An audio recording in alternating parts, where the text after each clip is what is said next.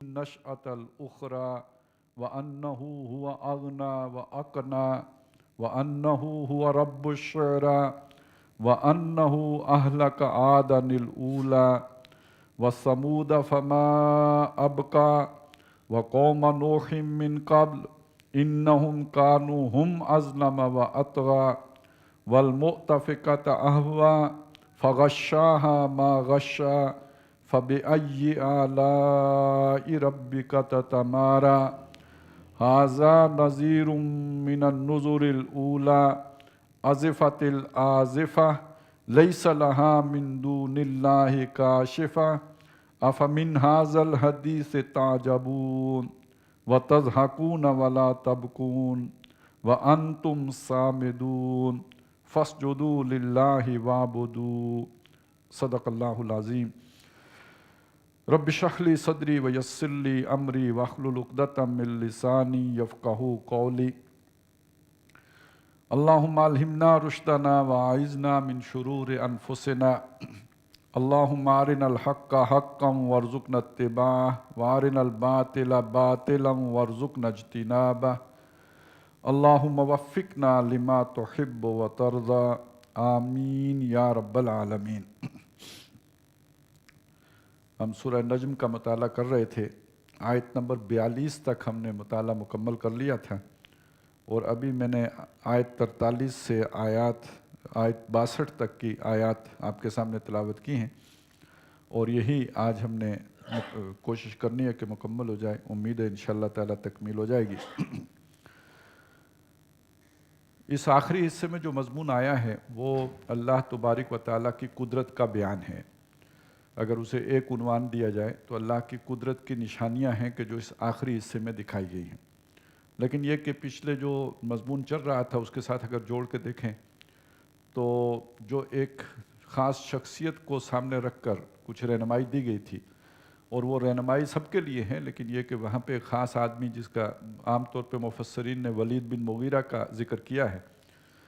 اور اس کی جو گمراہی یہاں پہ بیان ہوئی، اس کا یہ تصور کہ اس کی جگہ پر کوئی دوسرا اس کا بوجھ اٹھا لے گا آخرت میں،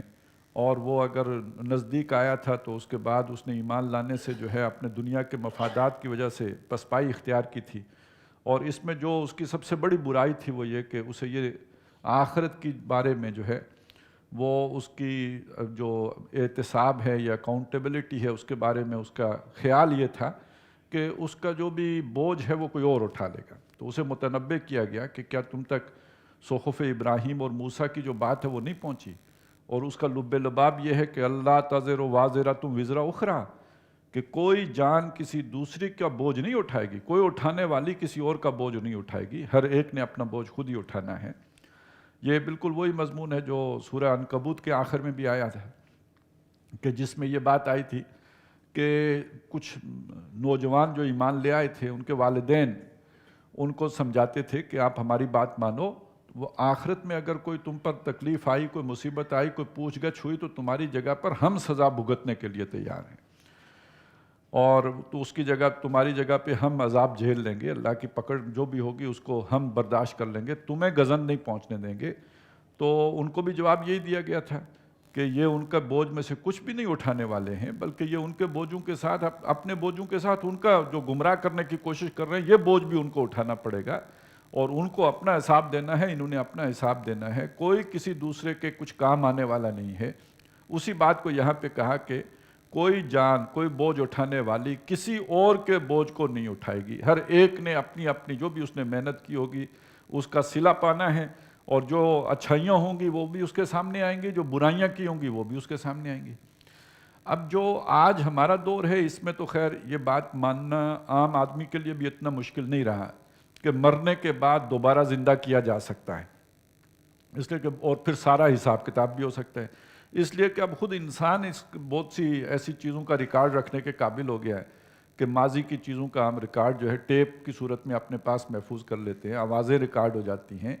اور یہ کہ اتنے بڑے بڑے کمپیوٹر آ گئے ہیں جن میں اتنا ڈیٹا آ جاتا ہے، تو آج کے انسان کا وی این آج سے 1500 سال کے آدمی سے قبل کے آدمی سے بہت وسیع ہے، بہت اس کا جو تناظر بہت وسعت اختیار کر چکا ہے۔ اس وقت یہ بات انسان کی عقل میں آنے والی نہیں تھی کہ تمام لوگوں کا حساب پوری باریکی کے ساتھ، جیسا کہ نقشہ قرآن مجید کھینچتا ہے کہ جب وہ کتاب رکھی جائے گی تو وہ لوگ حیران ہو جائیں گے، لا یغادر، یہ کیسی کتاب ہے، لا یغادر صغیرۃ ولا کبیرۃ الا احصاھا، اس نے کوئی چھوٹی سے چھوٹی بات بھی نہیں چھوڑی، کوئی بڑی سے بڑی بات بھی نہیں چھوڑی، مگر سب یہ کہ جمع کر کے رکھی ہوئی ہیں۔ تو یہ بات جو ہے نا انسان کے لیے بڑی سمجھنا اور اس کا یقین کرنا بہت مشکل، کیونکہ اس کا معاملہ تو یہ کہ خود اسے یاد نہیں ہوتا کہ آج سے 5 سال پہلے اتوار کے دن میں نے کیا کھایا تھا، یا 5 سال پہلے تو خیر بہت دور کی بات ہے، 5 ہفتے پہلے کا نہیں پتہ ہوتا، 5 دن پہلے کا نہیں پتہ ہوتا ہے، یاد رکھنا مشکل ہو جاتا ہے۔ تو تمام انسانوں کا ایک ایک پل کا حساب رکھنا اور چھوٹے سے چھوٹے اور باریک سے باریک عمل کا حساب رکھنا، یہ انسانی عقل میں آج بھی بڑی مشکل سے آنے والی بات ہے۔ اس کا تصور و تخیل بہت ہی بعید معلوم ہوتا ہے، انسان کی سوچ سے بہت دور کی بات معلوم ہوتی ہے۔ ایک مسئلہ تو یہ تھا، اور دوسرا مسئلہ جو ان کے لیے پریشان کن تھا دوبارہ پیدا کیے جانے کے حوالے سے، وہ یہ انہیں سمجھ نہیں آتی تھی کہ ایک آدمی مر گیا ہے، اس کے بعد اس کی جو ہے ہڈیاں بھی گل گئی ہیں، اس کے نشانات بھی ختم ہو گئے ہیں، اب اسے کدھر سے جمع کر لیں گے، اب دوبارہ اسے کیسے بنا لیں گے۔ یہ واقعی ان کے لیے ایک بہت ہی جو ہے نہ سمجھ میں آنے والی بات تھی، لہٰذا وہ بڑے پریشان ہو کے کہتے تھے ہی ہاتا لما توعدون، کہ یہ کیا وعدہ ہے جو تم لوگوں سے کیا جا رہا ہے اور جو تمہیں کہا جا رہا ہے کہ یہ سارے دوبارہ اٹھا لیے جائیں گے۔ تو پھر وہ ذرا چیلنج بھی کر دیتے تھے کہ وہ ہمارے ماں باپ کو زندہ کر کے لے آؤ، اگر آپ اسی طرح وہاں ہو سکتا ہے تو آج ہمیں کر کے ذرا دکھا دو، اس کا پریکٹیکل دکھا دو۔ تو یہ بھی ان کو بہت سمجھ میں آنے والی بات نہیں تھی، ان کے نزدیک آنے والی بات نہیں تھی کہ مرنے کے بعد دوبارہ زندہ کر لیا جائے گا۔ اب ان دونوں باتوں کا تعلق اگر آپ دیکھیں تو اللہ تعالیٰ کے علم اور قدرت کے ساتھ ہے۔ تمام لوگوں کے اعمال کا حساب لینے کے لیے وہ معلومات وہ ظاہر اللہ کے علم میں ہیں، اللہ اپنے علم سے انہیں ظاہر کرے گا، تو اس کا تعلق تو اللہ کے علم کے ساتھ ہو گیا۔ اور دوسرا جو دوبارہ زندہ کرنا، یہ اللہ کی قدرت ہے، اللہ کا یعنی اس کے قادر ہونے کی نشانی ہے۔ وہ اللہ جس نے زمین بنائی، آسمان بنائے، پوری کائنات بنائی اور پھر مختلف مخلوقات بنائیں، تو اس کے حوالے قرآن مجید دیتا ہے، دیکھو آسمان کیسے اس نے بلند کیا ہے، دیکھو پہاڑ کیسے اس نے جو ہے وہ جما دیے ہیں، دیکھو زمین کیسے اس نے بچھا دی ہے، دیکھو اونٹ کیسا اس نے حسب حال بنایا ہے۔ تو جو یہ سب کر سکتا ہے تو اس کے لیے دوبارہ پیدا کرنا کیسے مشکل ہے۔ پھر یہ کہ یہ دیکھو کہ اس نے تمہیں کس طرح پیدا کیا ہے، اور جو تمہاری پیدائش ہے پہلی، جو تمہاری نشت جو اٹھانا ہے، تو اب جس نے پہلی دفعہ بنا لیا اس کے لیے دوسری دفعہ بنانا کیا مشکل ہوگا۔ اور یہ جو ہے اللہ کے لیے قطعاً اور دشوار نہیں ہے، مشکل نہیں ہے، اس کے لیے اس میں کوئی جو بنانے میں کوئی رکاوٹ نہیں ہے، لیکن یہ کہ بہرحال لوگوں کی سمجھ میں نہیں آتی۔ لہذا اس آخری حصے میں اللہ کی قدرت، اس کے کمالات، اس کے علی کل شیء قدیر ہونے کو ذرا کھولا گیا ہے، ذرا سمجھایا گیا ہے۔ تو اس میں مختلف تضادات ہیں جن کو سامنے رکھ کر بات کی گئی ہے۔ انسان پر جو مختلف کیفیات آتی ہیں، کبھی وہ خوش ہوتا ہے، کبھی دکھ کا شکار ہوتا ہے، کبھی ہنستا ہے، کبھی روتا ہے۔ یہاں ہنسی اور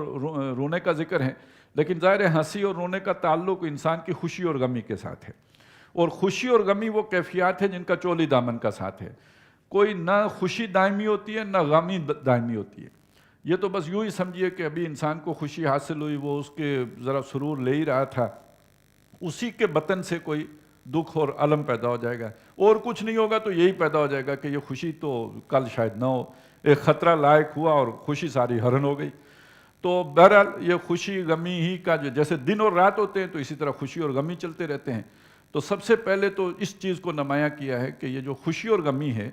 یہ بظاہر ہمیں نظر آتا ہے کہ اسباب کے سارے ہیں، ابھی کچھ ہو گیا تو ہم خوش ہو گئے، کچھ اس سے مختلف ہو گیا تو ہمیں دکھ اور تکلیف آ گئی۔ تو یہ خوشی دینے والا بھی وہی ہے، یہ غمی دینے والا بھی وہی ہے۔ اچھا، اس کا ایک پہلو وہ بھی ہے کہ اس خوشی غمی کے اندر ہی در حقیقت امتحان ہو رہا ہوتا ہے۔ یہ جو سورۃ الفجر میں آیا نا، فَأَمَّا الْإِنسَانُ إِذَا مَا ابْتَلَاهُ رَبُّهُ فَأَكْرَمَهُ وَنَعَّمَهُ فَيَقُولُ رَبِّي أَكْرَمَنِ۔ تو انسان کا معاملہ یہ ہے کہ جب اس کا رب اس کو آزماتا ہے، امتحان لیتا ہے، اور اس امتحان کی خاطر اس کو خوب نعمتیں بھی دے دیتا ہے، اس کی عزت اور توقیر بھی بڑھا دیتا ہے، مقام و مرتبہ بھی مل جاتا ہے، تو وہ بڑا خوش ہو جاتا ہے، خوش ہو کے کہتا ہے میرے رب نے مجھے عزت دے دی، اکرمن، میری بڑی عزت کر دی، میرے رب نے بڑا مقام دے دیا، مجھے بہت حیثیت دے دی۔ وَأَمَّا إِذَا مَا ابْتَلَاهُ، اور وہی رب جب اسے آزماتا ہے، امتحان لیتا ہے، فقدر علیہ رزقہ، اس کی روزی حساب کتاب کی کر دیتا ہے۔ اب اسے راشن بندی کے ساتھ ملنا شروع ہو جاتا ہے، تو جب اسے راشن بندی کے ساتھ ملنا شروع ہو جاتا ہے تو اب وہ پریشان ہو گیا، اب دکھ میں مبتلا ہو گیا۔ فَيَقُولُ إِنَّ رَبِّي أَهَانَنِ، میرے رب نے تو میری بے عزتی کر دی۔ تو اب یہ اس کی دکھی کی کیفیت ہوگی۔ تو کبھی کچھ مل جاتا ہے تو رب کی طرف سے ملتا ہے، خوش ہو جاتا ہے، رب کی طرف سے کچھ حساب کتاب شروع ہو گیا، کچھ تکلیف آ گئی، اب وہ غمگین ہو جاتا ہے، پریشان ہو جاتا ہے، دکھ کا جو ہے وہ میں مبتلا ہو جاتا ہے۔ تو اصلاً یہ سب امتحان کے لیے ہے، دے کے آزماتا ہے کہ شکر کرتا ہے یا نہیں، اور چھین کر لے کے روک کے آزماتا ہے کہ صبر کرتا ہے یا نہیں۔ دونوں صورتیں امتحان کی ہیں، اور ان دونوں صورتوں کا جو مظہر ہے کہ جب خوشی ملی تو ہنسی آ گئی، اور جب غمی ملی تو جو اس پہ آدمی کو جو ہے وہ رونا آ گیا۔ تو یہ خوشی اور یہ غمی دونوں اللہ کی طرف سے ہیں، لہذا فرمایا کہ وَأَنَّهُ، اور یہ وہی ہے، ہوا اضحکا، جو ہنساتا ہے، وَأَبْکَا، اور رولاتا ہے، یعنی خوشی بھی دیتا ہے اور غمی بھی دیتا ہے۔ اور اس میں ایک بات اور بھی آ گئی کہ اللہ تعالیٰ کا یہ تعارف جو کرایا جا رہا ہے، عام طور پر انسانوں میں یہ مغالطہ رہا ہے، آدمی کی سمجھ میں آنے والی یہ بات نہیں تھی کہ دو متضاد چیزیں کسی ایک ہستی کے اندر جمع ہو جائیں۔ آپ کو پتہ ہے ایک آدمی غصے والا ہے تو غصے والا ہے، اور ایک آدمی جو ہے وہ ذرا تھوڑا ٹھنڈے مزاج کا ہے تو اس کو غصہ کم ہی آتا ہے۔ اور یہ یعنی عام طور پہ یہی تصور ہے کہ ایک آدمی جو سخی ہے تو وہ سخی ہے، جو کنجوس ہے تو وہ کنجوس ہے۔ ایک ہی آدمی میں دو چیزیں جمع ہو جائیں، یہ بالعموم جو ہے انسانی تجربے میں آنے والی بات نہیں ہے۔ اسی وجہ سے لوگوں نے پھر یہ تصورات مختلف بنائے کہ خیر کا خدا اور ہے اور شر کا خدا اور ہے۔ یہ تو نہیں ہو سکتا کہ دونوں جو چیزیں خیر اور شر، اچھائی دینے والا اور برائی دینے والا وہ ایک ہی ہو۔ ماں ہے تو وہ تو اچھا ہی اچھا کرتی ہے، وہ اپنی طرف سے کوئی تو غلط اپنی اولاد کے ساتھ جو برائی نہیں کرتی۔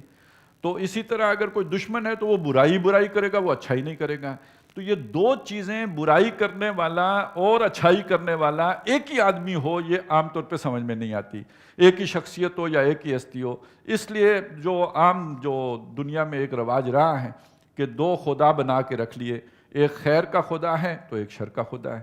کسی نے اسی طرح جو آگے تفصیلات کی ہیں اس میں رات کا خدا علیحدہ ہو گیا تو دن کا خدا علیحدہ ہو گیا، ہواؤں کو چلانے والا علیحدہ ہے تو روکنے والا علیحدہ ہے، کیونکہ یہ دو متضاد عمل ہیں۔ دونوں عمل ایک شخص میں جو جمع کر لیں، یہ انسانی سوچ یہاں تک نہیں پہنچتی تھی۔ تو یہاں یہ بھی بتایا جا رہا ہے کہ اس اللہ تعالیٰ کی جو کمالات ہیں ان میں سے ایک یہ بھی ہے کہ وہ متضاد چیزیں اس کے اندر جمع ہیں، وہ ہنساتا بھی ہے اور وہ رلاتا بھی ہے، وہ خوشی بھی دیتا ہے، وہ دکھ اور غم میں بھی مبتلا کرتا ہے۔ وَأَنَّهُ هُوَ أَضْحَكَ وَأَبْكَى وَأَنَّهُ هُوَ أَمَاتَ وَأَحْيَا۔ یہ جو خاص طور پہ ہوا یہاں پہ اضافی لایا ہے، یہ ایک جو زور پیدا، وہی ہے کہ جو مارتا بھی ہے اور جلاتا بھی ہے۔ یہ دو علیحدہ خداؤں کا تصور مت رکھو کہ زندہ کرنے والا خدا کوئی اور ہے اور مارنے والا خدا کوئی اور ہے۔ وہ ایک ہی ہے اللہ رب العزت کہ جو زندہ بھی کرتا ہے اور مارتا بھی ہے۔ وَأَنَّهُ خَلَقَ الزَّوْجَيْنِ، اور وہی ہے جس نے زوجین جوڑا بنائے، الذکر والانثی، یعنی نر بھی اور مادہ بھی۔ یہ صرف انسانوں کا معاملہ ہی نہیں ہے کہ نر و مادہ رکھے ہوں، بلکہ یہ کہ یہ تو اس وقت بھی انسانوں کو معلوم تھا کہ جتنے بھی حیوانات ہیں ان کے اندر نر اور مادہ ہوتے ہیں۔ اس وقت بھی اونٹ تھے اگر، یا گھوڑے تھے، یا بکریاں تھیں، یا بھیڑیں تھیں، تو اتنا تو سب کو معلوم تھا کہ نر و مادہ سب میں ہے۔ لیکن یہ کہ اب انسانی علم جب آگے بڑھا ہے تو معلوم ہوا کہ یہ تو پھولوں میں بھی ہے، کوئی شے نہیں ہے کہ جو زوج کی صورت میں اور جوڑے کی صورت میں نہ بنائی گئی ہو، اور جو ہر شے کی جو افزائش جو ہوتی ہے وہ اسی نر و مادہ کے ملاپ سے ہوتی ہے۔ تو گویا ہر شے کو اس نے جوڑا بنایا، تو وہی ہے جو نر بھی بناتا ہے اور مادہ بھی بناتا ہے۔ اور خاص طور پہ جہاں تک انسانوں کا معاملہ ہے، ان کا جو پروسیس ہے جو افزائش کا، تو فرمایا من نطفۃ اذا تمنی، ایک نطفے سے کہ جب وہ ٹپکایا گیا تو معلوم ہوا کہ وہ جو نطفہ ہے، اب اس نطفے میں تو کیا فرق ہے، لیکن اس کی آگے اسی سے جو تخلیق کی گئی ہے اس میں زمین و آسمان کا فرق ہو۔ ایک طرف مرد ہے اور دوسری طرف عورت ہے، نر ہے اور مادہ ہے، نطفہ ایک ہی ہے، انڈا ایک ہی ہے، لیکن یہ کہ اس سے جو ہے وہ مرغا بھی ہے اور مرغی بھی ہے، اور اسی طرح جو ہے نطفہ ایک ہی ہے اور اس سے جو ہے وہ عورت بھی ہے اور مرد بھی ہے، تو یہ اس کی خلاقی، اس کی قدرت، اس کا کمال ہے کہ جو تمہارے سامنے آتا ہے کہ ایک ہی نطفے سے دو مختلف چیزیں، پھر اس حقیر شے سے اتنی اعلیٰ اور عرفہ شے پیدا کر دینا اور اس میں اتنا اختلاف پیدا کر دینا، یہ اس کی قدرت کا ایک بہت بڑا کمال ہے۔ اگر تم اس پر غور کرو، اس پہ سوچو، اس پر ذرا تدبر کرو، فکر کرو۔ وَأَنَّهُ خلق الزوجین الذکر والانثى من نطفۃ اذا تمنى وَأَنَّ عَلَيْهِ النَّشْأَةَ الْأُخْرَى، اور اسی کے ذمے ہے، اس پر ہے، یعنی اس نے اپنے اوپر لازم کر لیا ہے۔ کیا شے لازم کر لی ہے؟ النشأۃ الاخری، دوسری بار کا اٹھانا۔ یہ نشأہ یعنی ہمارے ہاں اس میں اردو میں تو ایک ہی لفظ اس سے مستعمل ہے اور بہت عام ہے، لوگ اسے اب تو شاید اتنا اس کا فنکشن نہیں رہا، لیکن یہ کہ پہلے بولا بھی جاتا تھا۔ منشی کا لفظ جو ہم بولتے ہیں نا، اگرچہ کہ منشی اب آخری قریب کے زمانے میں آ کے تو ایک طرح کے اکاؤنٹنٹ کے لیے اور حساب کتاب کرنے والے کو منشی کہتے ہیں، لیکن یہ کہ منشی اصل میں انشاء پرداز، مضمون اٹھانے والا، مضمون باندھنے والا، وہ کہ جس نے خیالات باندھے اور پھر اس کو ایک الفاظ کی صورت دی اور پھر اس کو بہت اچھی اٹھان پہ اٹھایا مضمون کو، یہ ہے انشاء پرداز اور یہ ہے منشی۔ تو منشی پریم چند ہے یا کوئی بھی ہے تو وہ در حقیقت وہ لکھاری لوگ کے جو اپنے مضمون کو بہت اچھی طرح اٹھان دے سکیں،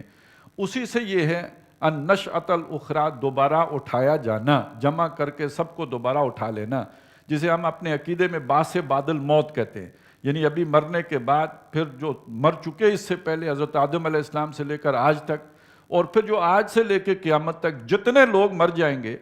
پھر اس کے بعد ایک مرن آئے گا، ایک آواز آئے گی اور تمام لوگ اپنی قبروں سے نکل کر دوڑتے ہوئے ایک مقام پر جمع ہوتے چلے جائیں گے۔ یہ ہے بعث بعد الموت، یہ ہے حشر، جمع کرنا، سب کو ایک جگہ پہ اکٹھا کر لینا، اور یہی ہے النشأۃ الاخری، دوبارہ کھڑا کیا جانا، دوبارہ اٹھایا جانا، دوبارہ کھڑا کرنا، جی اٹھانا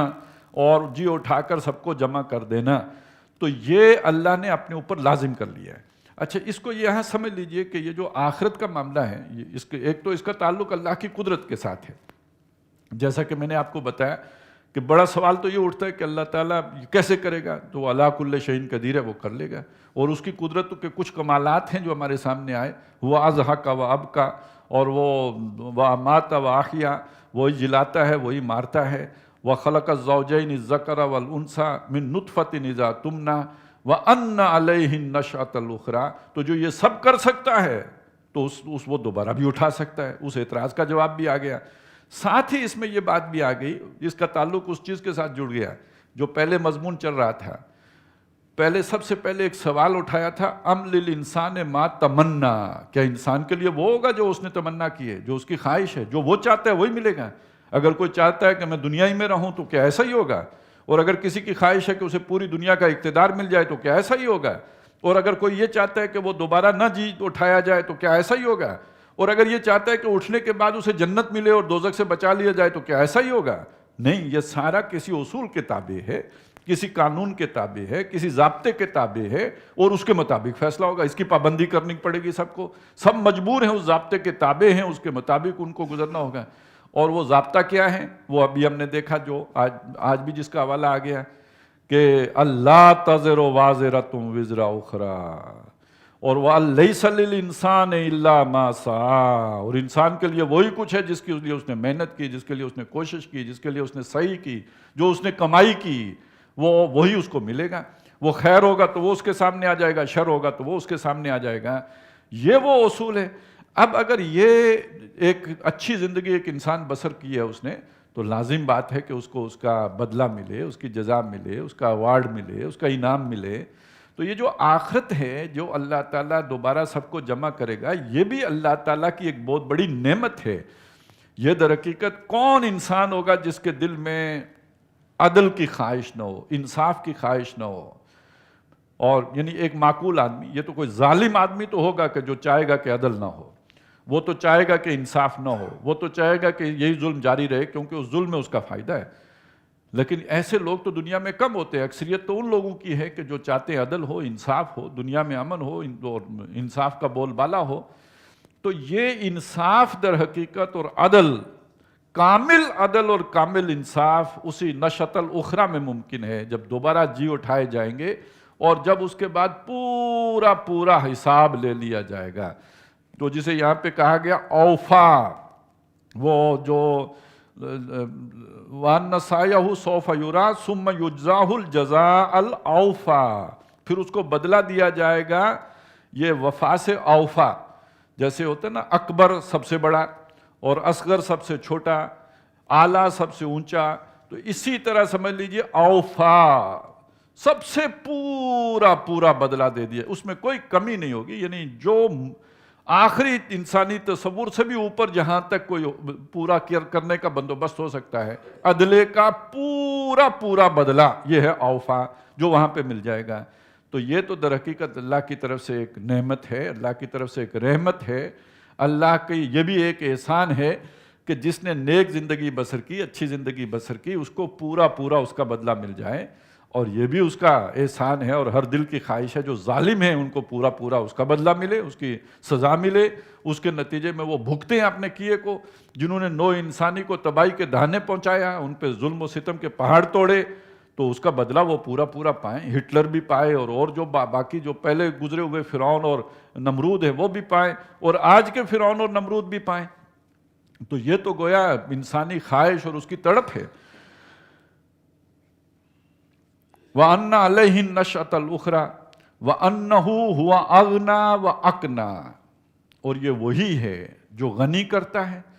اور یہ اقنا کے دو معنی کیے گئے ہیں، ایک معنی یہ کہ سرمایہ دار کرتا ہے،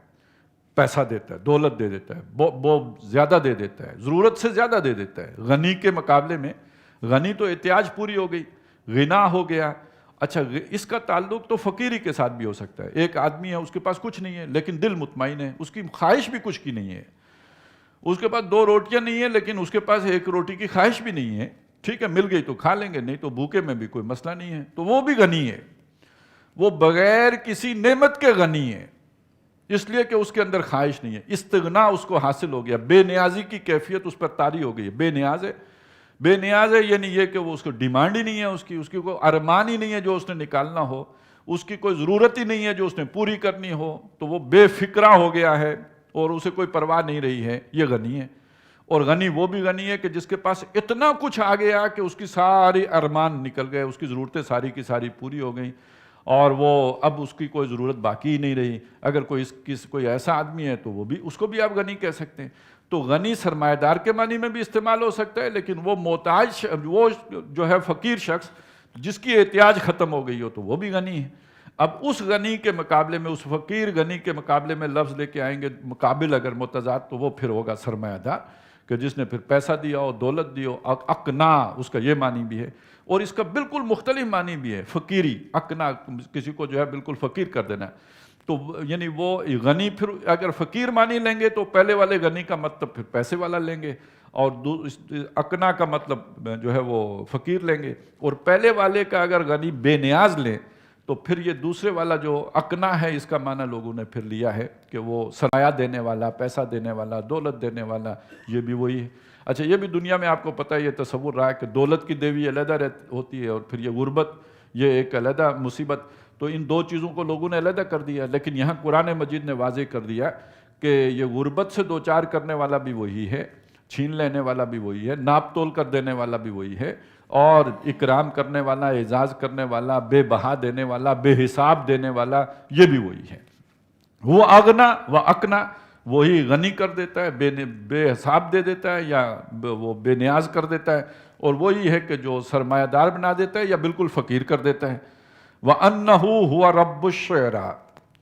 اور وہی ہے کہ جو شعرا کا رب ہے۔ یہ ایک ستارہ تھا جس کو عرب لوگ پوجتے تھے۔ ویسے عرب میں عام طور پہ ستارہ پرستی تو نہیں تھی، بت پرستی تو تھی لیکن ستارہ پرستی نہیں تھی،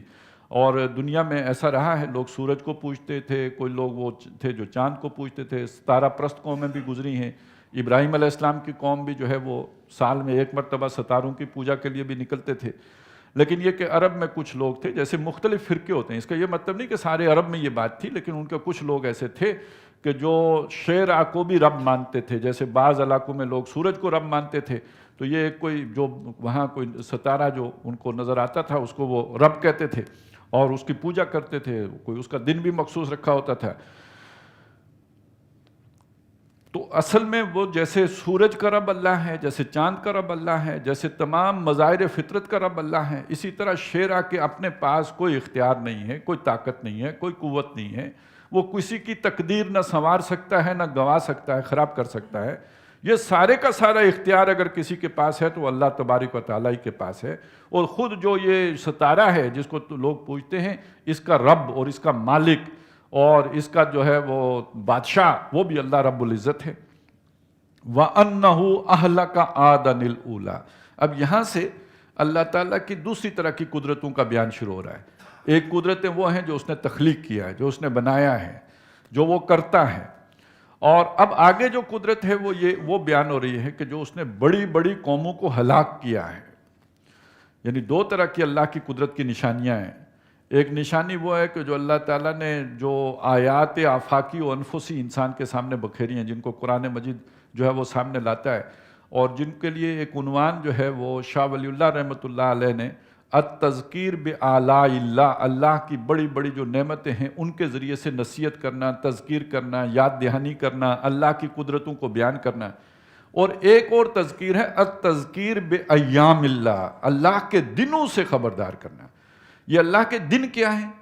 وہ بڑا دن جس دن اللہ نے کسی بہت بڑی قوم کو ہلاک کر دیا۔ آپ ذرا سوچیں، ہمارا یہ جو آج دنیا ہمارے سامنے ہے، اس میں کتنا بڑا واقعہ ہے کہ جب جو سوویت یونین جو ہے روس، وہ اس کی وہ سپر پاور کی حیثیت ختم ہو گئی اور وہ بالکل ایک جو ہے وہ غیر مؤثر ہو کے رہ گیا۔ ابھی ہم اسی کی اس شے کو اتنا محسوس نہیں کرتے، لیکن یہ کہ ذرا سوچئے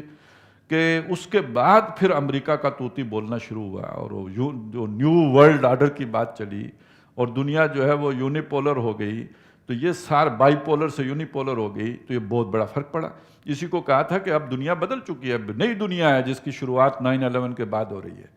اور آج بالفرض سوچئے کہ امریکہ کی بساط لپیٹ دی جائے، ہم ایک دن صبح اٹھے سنیں کہ جناب وہ کہیں بحر الکاہل اس کے اوپر چڑھ گیا یا بحر اوقیانوس چڑھ گیا،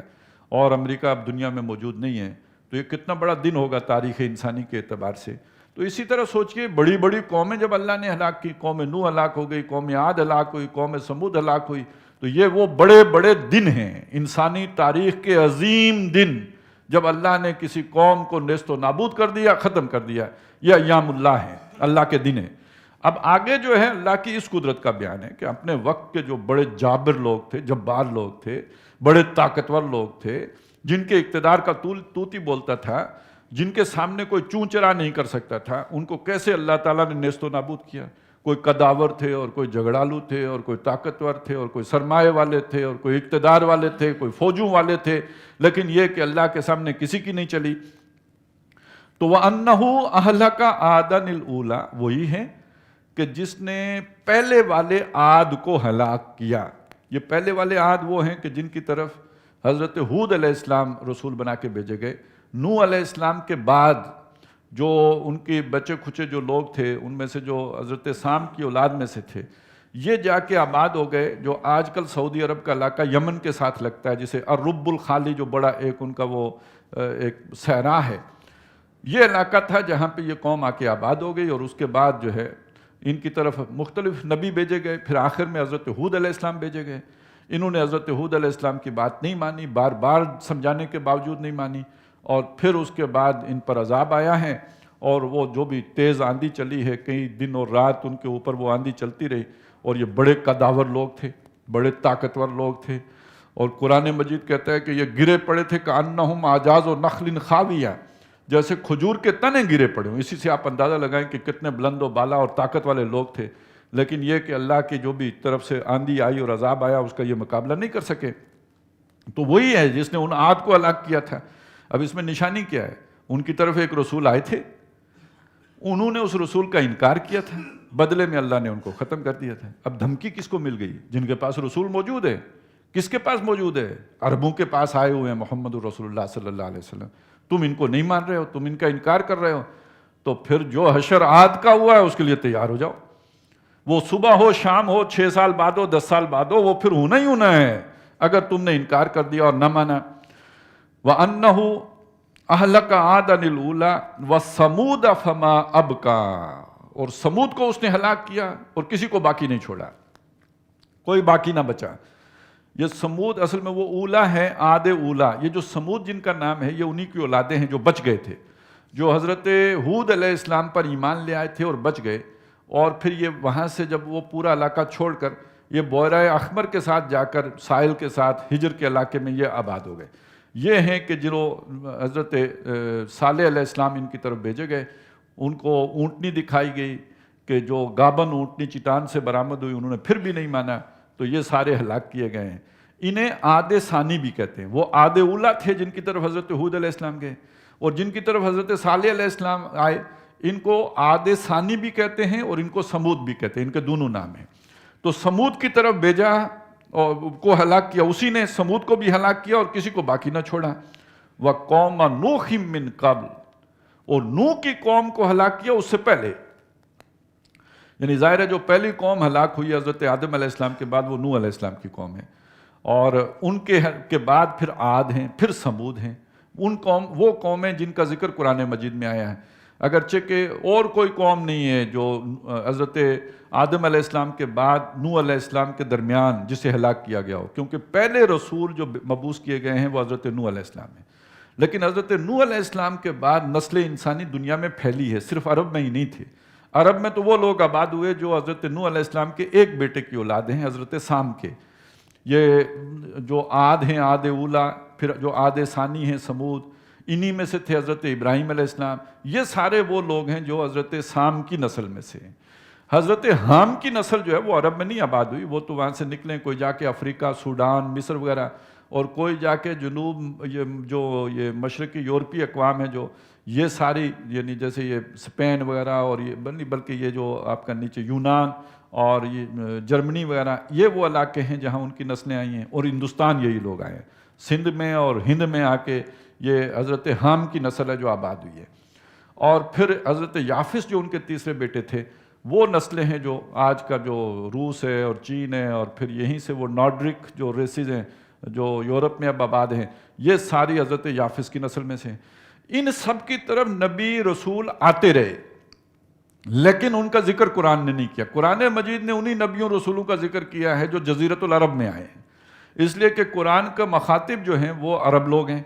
اور عربوں کو تو اس وقت جو کچھ بھی معلوم ہے ان کی سامنے کی دنیا معلوم ہے اور اپنی تاریخ معلوم ہے. اس تاریخ میں یہ سارے واقعات بھی ہیں جو قرآن مجید بیان کر رہا ہے, لہٰذا انہیں نئی تاریخ پڑھائی نہیں جا رہی, صرف یاد کرائی جا رہی ہے, تازہ کی جا رہی ہے, اس کی یاد دہانی کرائی جا رہی ہے. اچھا, جغرافیہ پڑھانے کی بھی ضرورت نہیں, انہیں وہ سارے علاقے معلوم ہیں, یہ ان کی نشانیاں موجود تھیں. جو ہلاک شدہ قومیں ہیں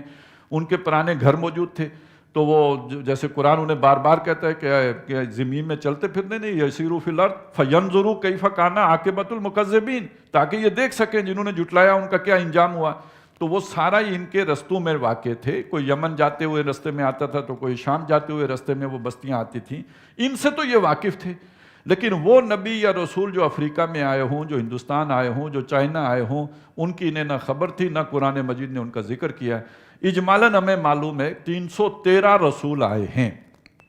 مختلف علاقوں میں, مختلف جو ہے جگہوں پہ زمین پہ بھیجے گئے ہیں. اور یہ بھی کوئی امت نہیں گزری کہ جس میں اللہ تعالیٰ نے کوئی نذیر, کوئی خبردار کرنے والا نہ بھیجا ہو. تو اب یہ کہ وہ مونجو دڑو میں کیا ہوا, اور ٹیکسلا میں کیا ہوا, اور ہڑپا میں کیا ہوا, یہ اب قرآن مجید نے یہ تفصیلات تو نہیں دی, لیکن یہ کہ یہ کوئی جو گزرے ہوئے لوگ ہیں, جو تہذیبیں ختم ہو گئیں, ہلاک ہو گئیں, تو وہ ایسے ہی تو نہیں ہلاک ہوئی ہوں گی. وَمَا كُنَّا مُعَذِّبِينَ حَتَّى نَبْعَثَ رَسُولًا, ہم عذاب نہیں دیتے, ہم کسی تہذیب کو ختم نہیں کرتے, ہم کسی قوم کو ہلاک نہیں کرتے جب تک کہ ہم نے رسول نہ مبعوث کیا ہو. پہلے ہم رسول بھیجتے ہیں, خبردار کرتے ہیں, وارن کرتے ہیں, اچھی طرح جو ہے کان ان کو کر دیتے ہیں, پھر نہ مانے تو ہلاک کرتے ہیں. تو اس کا مطلب یہ ہے کہ باقی دنیا میں بھی اللہ نے نبی بھیجے, رسول بھیجے, اور قرآن مجید میں صرف ان کا تذکرہ ہے کہ جو عرب کے علاقے میں آئے ہیں. وَثَمُودَ فَمَا أَبْقَىٰ وَقَوْمَ نُوحٍ مِّن قَبْلُ, نوح کی قوم اس سے پہلے ہلاک ہو چکی, جو سب سے پہلے ہلاک ہوئی. إِنَّهُمْ كَانُوا هُمْ أَظْلَمَ وَأَطْغَىٰ. اب یہ جو جملہ ہے اس کو بعض مفسرین نے صرف قوم نوح کے ساتھ جوڑا ہے کہ بے شک وہی تھے جو سب سے زیادہ ظالم تھے اور سب سے زیادہ طاغی، طغیانی اور سرکشی کرنے والے تھے، اور بعض حضرات نے اسے ان تمام قوموں کے ساتھ جوڑا ہے۔ قرآن مجید کا اگر ہم دیکھیں، وہی سورۃ الفجر کے بالکل ابتدا میں دیکھیں تو جو مختلف قوموں کا ذکر کیا ہے وہ یہی قومیں ہیں۔ الم تر کیف فعل ربک بعاد، کیا تو نے نہیں دیکھا تیرے رب نے عاد کے ساتھ کیا کیا؟ وثمود الذین جابوا الصخر بالواد، اور سمود کے ساتھ کیا کیا؟ جو پتھروں کو، چٹانوں کو تراش کر ان کے اندر جو ہے وہ گھر بناتے تھے۔ وثمود الذین جابوا الصخر بالواد وفرعون ذی الاوتاد، اور فرعون کے ساتھ کیا کیا؟ جو میخوں والا طاقت، یعنی اس کی فوج اتنی تھی کہ جس کے خیمے نصب کرنے کے لیے اتنے کھونٹے چاہیے ہوتے تھے کہ وہ اٹھانے کے لیے کئی سواریاں درکار ہوتی تھیں، تو وہ بڑے طاقت والا فرعون، اس کے ساتھ تیرے رب نے کیا کیا ہے؟ یہ کون لوگ ہیں جن کے ساتھ یہ سب حشر ہوا ہے؟ الذین طغوا فی البلاد، یہ وہ لوگ ہیں جنہوں نے شہروں میں طغیانی کی، سرکشی کی۔ فاکثروا فی الفساد، تو ان شہروں کو انہوں نے فساد سے بھر دیا۔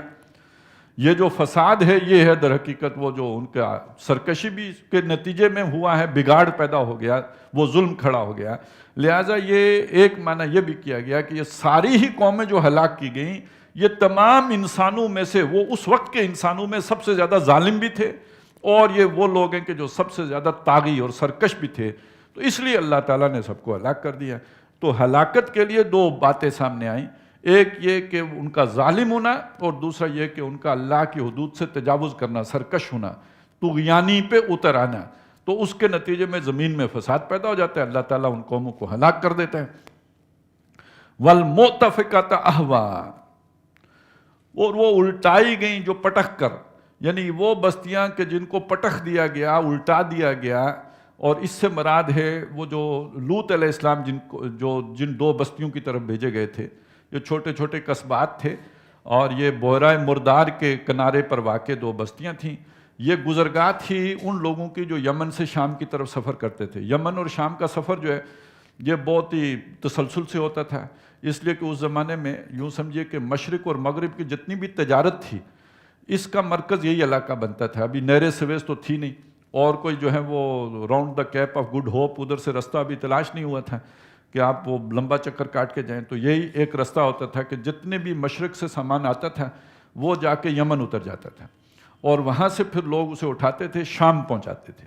وہاں پہ پھر اسے فروخت کر دیتے۔ تو وہ جو جتنے مغرب سے تاجر آتے وہ اس سامان کو خریدتے، وہ اپنا سامان لے کے آتے، وہ یہاں بیچ جاتے، اور وہ سامان وہاں سے اٹھتا اور یمن پہنچتا۔ تو جتنی بھی مشرق اور مغرب کے درمیان تجارت تھی، اس کا جو یہ والا جو حصہ تھا یمن سے لے کے شام تک، یہ پہلے قوم سبا کے پاس تھا، یہ تجارت ان کے پاس تھی، اور بعد میں یہ تجارت آ گئی قریش کے پاس۔ قوم سبا کے ہلاکت کے بعد قریش کے پاس یہ تجارت آ گئی، لِإِيلَافِ قُرَيْشٍ إِيلَافِهِمْ رِحْلَةَ الشِّتَاءِ وَالصَّيْفِ، تو وہ تجارت ان کے ہاتھ آ گئی۔ اب یہ گزرگاہ ہیں، ظاہر ہے یہ اس تجارت کے اوپر مناپلی تو ان کی ہے، لیکن اور لوگ بھی ہیں جو یہ اس تجارت میں کچھ نہ کچھ تھوڑا بہت، جو چونگے میں جیسے کچھ نہ کچھ ان کو بھی مل ہی جاتا ہے حصہ۔ تو اب وہ گزرگاہ جو ہے یہ بستیاں ہیں، صدوم اور عمورہ کی بستیاں، اور یہ جیسے آج ہم بنا رہے تھے سی پیک اور سمجھتے تھے کہ ہمیں بڑی عیاشی ہو جائے گی اور بہت ہمیں جو ہے اس سے فائدے حاصل ہوں گے، گزرگاہ جو ہوگی، تو بہرحال یہ وہ فائدے یہ بھی اٹھاتے تھے۔ انہی میں پھر آہستہ ان کو فراوانی تو بہت ہو گئی، دولت ان کے پاس بہت آ گئی، شاید کوئی ٹیکس بھی لگایا ہوا ہو وہاں پہ، انہوں نے اپنی کوئی پکٹ بنائی ہوئی ہو، آتے جاتے قافلوں سے ٹیکس بھی لیتے ہوں، پھر انہوں نے لوٹ مار بھی شروع کر دی، اور اس کے ساتھ ساتھ پھر وہ جو بھی ایک مشہور ان کی طرف کام منسوب کیا جاتا ہے، اور بہرحال اس کے لیے بڑا غلط لفظ استعمال کیا جاتا ہے، اس کی نسبت حضرت لوط علیہ السلام کی طرف نہیں کرنی چاہیے۔ پہلی بات یہ جان لیجئے کہ لوط علیہ السلام اس قوم کے فرد نہیں تھے، یعنی ان کی نسل سے نہیں تھے۔ لوط علیہ السلام تو عراق سے آئے ہیں حضرت ابراہیم علیہ السلام کے ساتھ، اور پھر جب یہ حضرت ابراہیم علیہ السلام آ کے آباد ہوئے پہلے جو شام کے علاقے میں، کنعان کے علاقے میں، تو وہاں پہ پھر اللہ تعالیٰ نے حضرت لوط علیہ السلام کو رسول بنا کر اس علاقے میں بھیجا۔ ان دو بستیوں کا نام تھا صدوم اور عمورہ۔ وہ یہاں آ کے انہیں سمجھاتے رہے، یہ نہیں مانے، اور پھر اللہ تعالیٰ نے اس قوم کو ہلاک کر دیا۔ اور یہ جو ان کی ہلاکت ہوئی ہے، تو اس سے پہلے حضرت لوط علیہ السلام کو ان کی جو بیٹیاں تھیں ان کے ساتھ بچا لیا گیا، نکال لیا گیا تھا۔ تو اب وہ لوگ جو ہے نا اس غلط کام کو حضرت لوط علیہ السلام کی طرف منسوب کر کے تو وہ اس طرح کے نام رکھتے ہیں، تو وہ ٹھیک نہیں ہے۔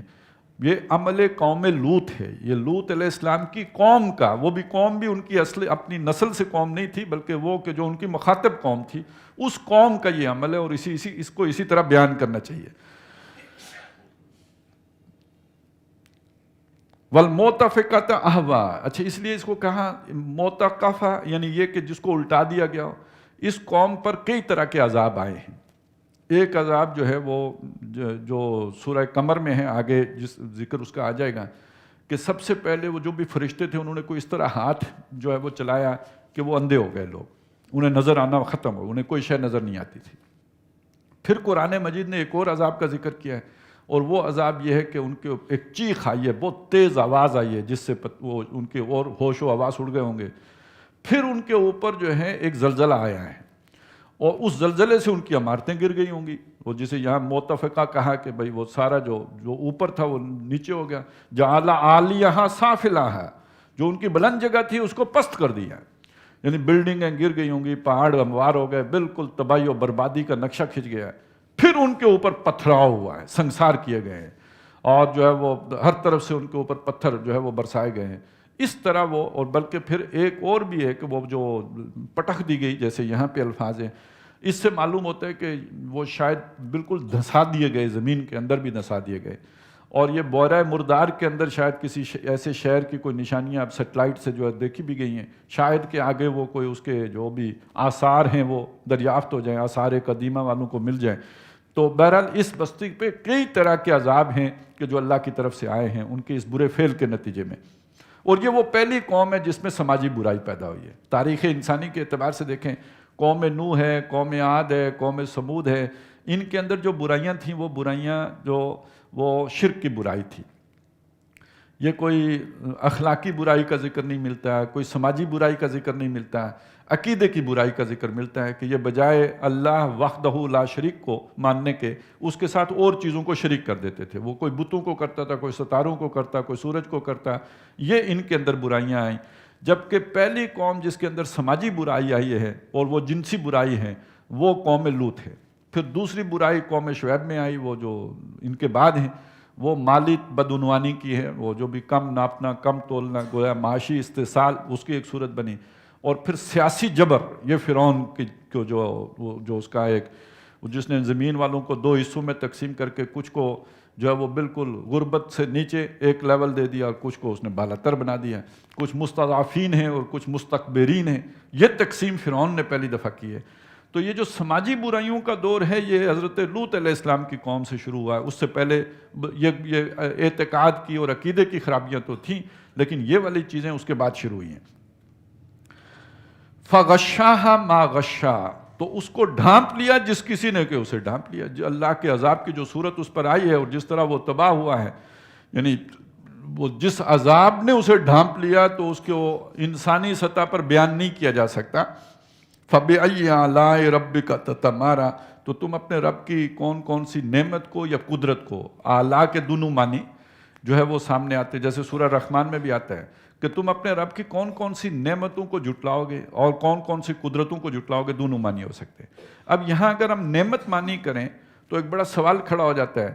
کہ پوری قوموں کو ہلاک کر دینا، یہ کیا نعمت ہے؟ آپ نے قوم ہود جو ہے اور قوم نوح جو ہے وہ صفحہ ہستی سے مٹا دی، تو یہ نعمت ہے۔ آپ نے قوم لوط کا یہ انجام کر دیا تو یہ نعمت ہے۔ تو یاد رکھیے کہ یہ نعمت ہے۔ یہاں پہ تو چلیں آپ کے پاس گنجائش ہے دو معنی کرنے کے، لیکن یہ کہ جو مضمون سورہ انعام میں آیا ہے، فَقُطِعَ دَابِرُ الْقَوْمِ الَّذِينَ ظَلَمُوا، تو جڑ کاٹ دی گئی اس قوم کی جو ظالم تھی، اور اس کے بعد الفاظ وَالْحَمْدُ لِلَّهِ رَبِّ الْعَالَمِينَ، کل شکر کل تعریف اس اللہ کے لیے جو سارے جہانوں کا رب ہے۔ اب تو یہ اس کا یعنی نعمت کے مقابلے میں شکر ہوتا ہے نا، تو اس کو تو وہاں بالکل نعمت کے معنی میں لیا گیا ہے۔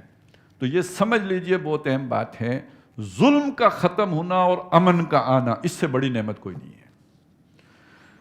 حضرت ابراہیم علیہ السلام نے جب اللہ سے دعا مانگی تو سب سے پہلے امن کی دعا مانگی ہے، اور جہاں ظلم ہوتا ہے وہاں امن نہیں ہوتا، کبھی بھی امن نہیں ہوتا۔ تو ظلم کا خاتمہ،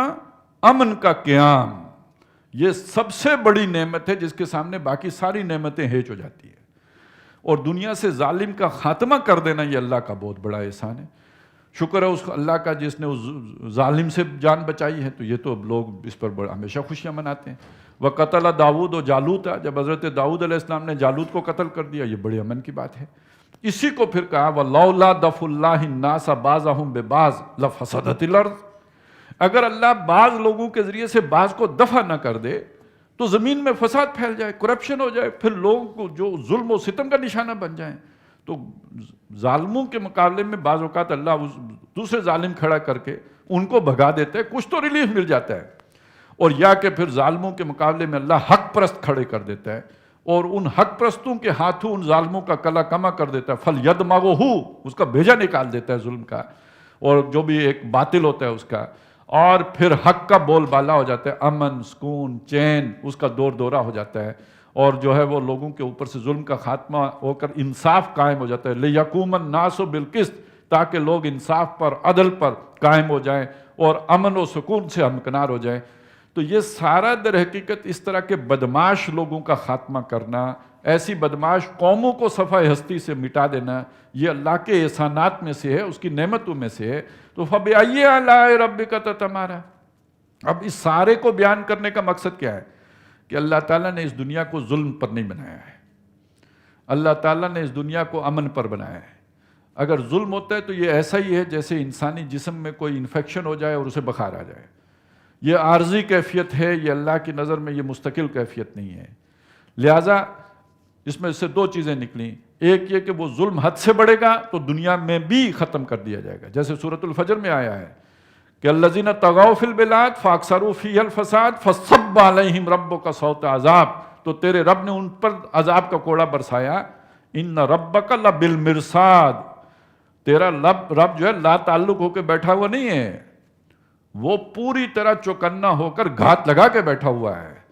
کہ جو ہی وہ حد اعتدال سے تجاوز ہوگا اس کے عذاب کا کوڑا برس جائے گا، تاکہ یہاں امن رہے، سکون رہے، ظلم کا خاتمہ ہو جائے، ظلم کو ایک خاص حدود سے تجاوز نہ کر سکے، تو وہ تو بالکل گھات لگا کے بیٹھا ہے۔ لہٰذا یہ گویا اللہ کی طرف سے دنیا میں بھی قیام عدل ہوتا رہتا ہے، لیکن کامل عدل تو نہیں ہو سکتا۔ کامل عدل کے لیے پھر آخرت ہے، وہ بھی اللہ نے ایک نعمت کا دن رکھا ہوا ہے جس دن وہ کامل عدل سے پوری نوع انسانی کو ہمکنار کر دے گا۔ فَبِأَيِّ آلَاءِ رَبِّكَ تَتَمَارَىٰ هَٰذَا نَذِيرٌ مِّنَ النُّذُرِ الْأُولَىٰ، اب آئی اصل دھمکی، یہ بھی ایک خبردار کرنے والے ہیں، انہی خبردار کرنے والوں میں سے جو پہلے گزر چکے۔ پہلے خبردار کرنے والے نوح علیہ السلام آئے، پھر خبردار کرنے والے ہود علیہ السلام آئے، پھر خبردار کرنے والے صالح علیہ السلام آئے، پھر حضرت لوط کا بھی یہاں پہ ذکر ہو گیا علیہ السلام، اور اس کے بعد شعیب علیہ السلام، پھر موسیٰ علیہ السلام، یہ سارے خبردار کرنے والے آئے، انہی میں سے ایک یہ بھی ہیں۔ تو ذرا دیکھو نا، جب خبردار کرنے والے آئے تھے اور جن کو خطاب کیا انہوں نے نہیں مانا تو پھر کیا انجام ہوا ان کا۔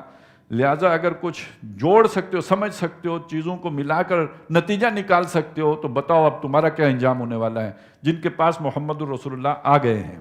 تو ھذا نذیر، یہ خبردار کرنے والے ہیں، من النذر الاولی، جو پہلے خبردار کرنے والے گزر چکے ان میں سے ہے کہ یہ بھی ہیں۔ تو پھر اب سمجھ جاؤ کہ آزفۃ الآزفہ، وہ آ گئی ہے، قریب آنے والی قریب۔ ایک تو قیامت ہے وہ بھی سر پہ ہے، موت ہے وہ بھی سر پہ ہے، اور یہ دنیا کا عذاب ہے جو بدر سے شروع ہو گیا تھا ان کے اوپر، تو وہ بھی اب تم پر دور نہیں ہے۔ آزفۃ الآزفہ، جب نذیر آ گیا ہے تو وہ بھی آئے گا، عذاب بھی آئے گا، لازمی آئے گا اگر نہیں مانو گے۔ لیس لہا من دون اللہ کاشفہ، جب وہ آ جاتا ہے تو اللہ کے علاوہ اسے کھولنے والا، ہٹانے والا، دور کرنے والا کوئی نہیں، لانے والا بھی کوئی نہیں اور ہٹانے والا بھی کوئی نہیں۔ یہ دو، اس کے دونوں اس میں معنی کی گنجائش موجود ہے۔